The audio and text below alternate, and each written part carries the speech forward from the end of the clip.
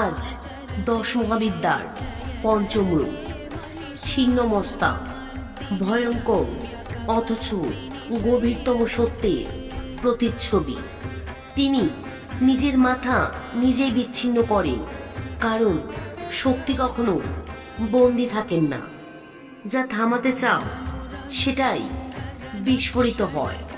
তার শরীর থেকে প্রবাহিত হয় 3 ধারা শক্তি, একটি নিজের অস্তিত্বের জন্য, আর 2টি বিশ্বের জন্য আর সৃষ্টির জন্য। পুরাণে এই আত্মবলির প্রতীক, আর তন্ত্রে এটাই শক্তির প্রবাহ, এনার্জি ইন মোশন। তুমি যা আঁকড়ে ধরো সেটাই তোমার পথ রুদ্ধ করে। যখন তুমি ছেড়ে দিতে শেখো তখন শক্তি মুক্ত হয়, জীবন আবার প্রবাহিত হতে শুরু করে তার নতুন ছন্দে।